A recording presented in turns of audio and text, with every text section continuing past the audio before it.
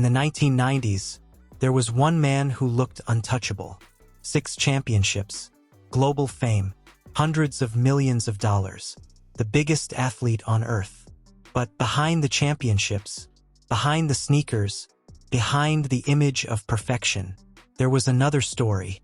A story involving secret casino trips, massive gambling losses, checks written to dangerous people, million-dollar debts, and conspiracy theories so wild, some people still believe them today.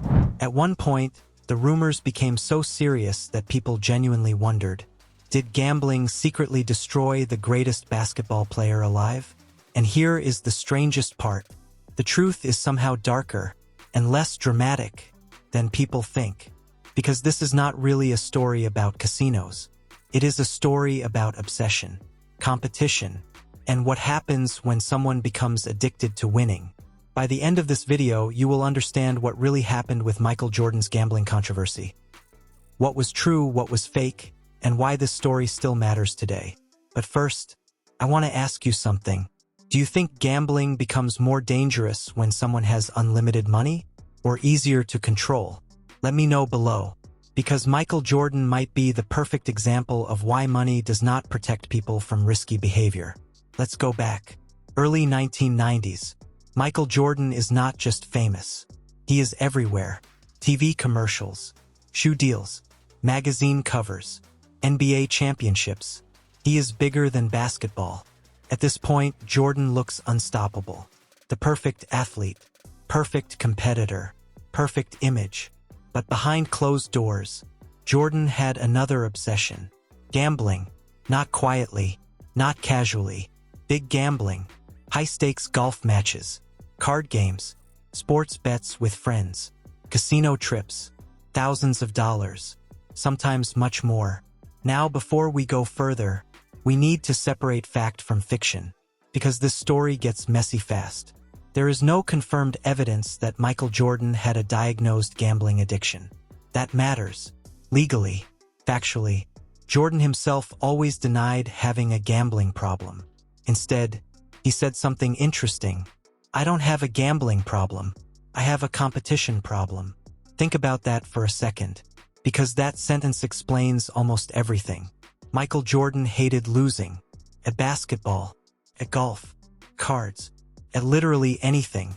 Winning was not something he enjoyed. Winning was something he needed.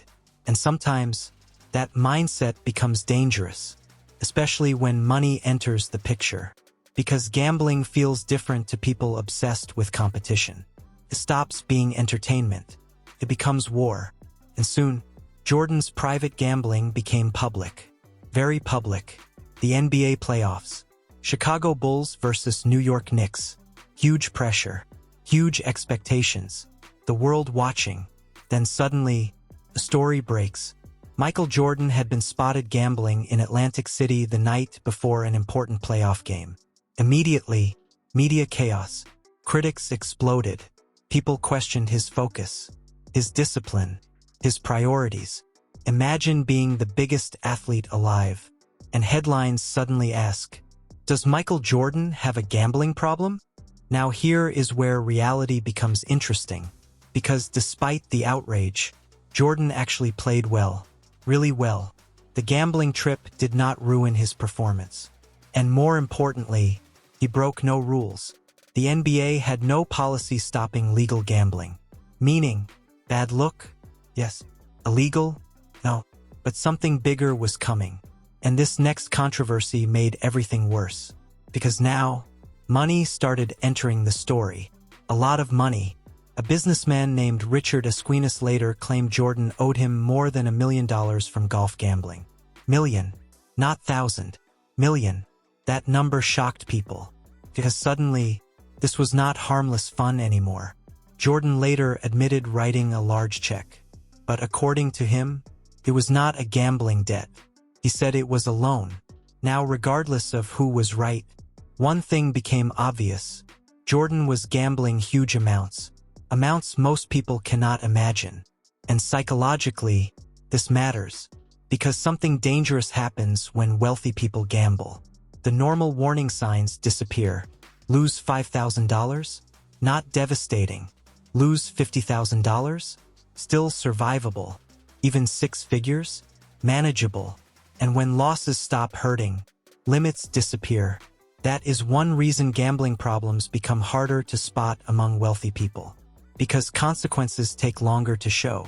But then came the controversy that changed everything. And this one scared people. Because now, a criminal entered the story. A convicted drug trafficker named James "Slim" Bouler. Authorities investigating Bouler reportedly found checks connected to Jordan. Immediately, rumors exploded. Was Jordan involved in crime? Illegal betting? Something worse? The media frenzy became massive. But facts matter here. Jordan admitted he lost money gambling with Bouler. Golf bets. Nothing more. Jordan also said he did not know Bouler was a criminal. Authorities investigated. No evidence connected Jordan to criminal activity. No charges. No scandal bigger than bad judgment. Still, the damage to his reputation grew. Because public opinion works differently. People do not always care about facts. They care about perception. And suddenly, Michael Jordan looked vulnerable. For the first time, people started seeing cracks. Then something happened that turned rumors into full-blown conspiracy theories. Michael Jordan retires. At the top, prime of his career, greatest player alive, gone. Just like that. And immediately, the theories started. Some people believed the NBA secretly suspended him for gambling. The rumor spread everywhere. Maybe retirement was fake. Maybe the league wanted to avoid embarrassment. Maybe gambling finally caught up to him. Honestly, sounds like a movie. But there is one problem. No evidence supports it. None. Former NBA Commissioner David Stern repeatedly denied it. No leaked documents. No proof. No investigation showing secret punishment. Nothing credible. So why did people believe it? Because timing matters. Jordan retired during peak controversy. And humans hate uncertainty. When people do not have answers, they create stories. But the real reason Jordan gave was much heavier. Burnout, mental exhaustion, and something deeply personal. The death of his father. And this next part of the story became one of the darkest rumors of all. Because after Jordan's father was murdered during a roadside robbery, some conspiracy theories claimed gambling debts caused it. Let me be very clear here. Authorities found no evidence supporting this. No verified connection. No proof gambling caused his father's death. The murder investigation pointed to robbery, not gambling revenge. But rumors spread anyway. Because once people believe someone has a gambling problem, every tragedy suddenly feels connected. That is what happens. People rewrite reality around assumptions. And Jordan had become the perfect target. Casino rumors, big debts, suspicious headlines, mysterious retirement. The story practically wrote itself, even if much of it stayed unsupported. But here is the part nobody talks about enough. Because maybe the bigger question is not, did Michael Jordan have a gambling addiction? Maybe the real question is, why was gambling so important to him in the first place? And this is where psychology matters. Elite athletes often struggle with normal life. Sounds strange, but think about it. Competition becomes identity. Pressure becomes normal. Adrenaline becomes daily life. Then eventually, games end. Training stops. Silence begins. Many athletes chase new highs. Business, poker, extreme hobbies, risk-taking, something to recreate the same feeling. For Jordan, gambling may have become another arena, another scoreboard, another chance to win. That does not automatically mean addiction, but it does explain behavior. And if we are being honest, many gambling problems begin exactly like this. Not desperation, competition, excitement, fun, something harmless, until slowly, the stakes grow, and risk becomes normal. That is why this story still matters today, because modern gambling looks different. Back then, Jordan went to casinos, golf courses, private games. Today, people gamble on phones, crypto apps, sports betting, prediction markets. online casinos, even Discord servers. The same psychology exists, only faster, easier, more addictive. And unlike Jordan, most people do not have millions to lose. That difference changes lives. One bad run destroys savings, relationships, mental health, families, and gambling companies understand this perfectly. That is why apps feel exciting, fast, rewarding, almost like games, because gambling survives on emotion, hope, the feeling that one more bet changes everything.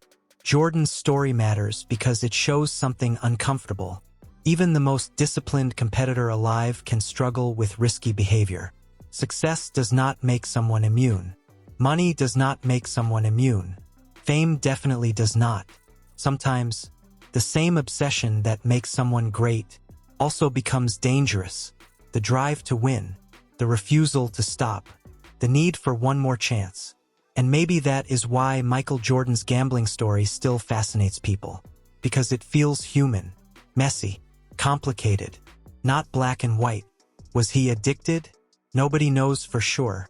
Was he a heavy gambler? Almost certainly. Did gambling damage his image? Absolutely. Did it secretly destroy his career? Probably not. But maybe the biggest lesson is this.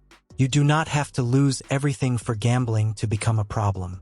Sometimes, the warning sign is simply feeling unable to stop, even when you should. And if the greatest competitor alive struggled with that feeling, what chance does the average person have? Because gambling rarely starts with disaster. Usually, it starts with confidence.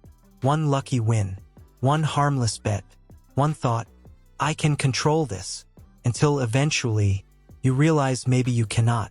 And that realization usually comes much later than people expect. If the story surprised you, wait until you hear what modern online gambling companies are doing to keep young people hooked today, because it makes the 1990s look small.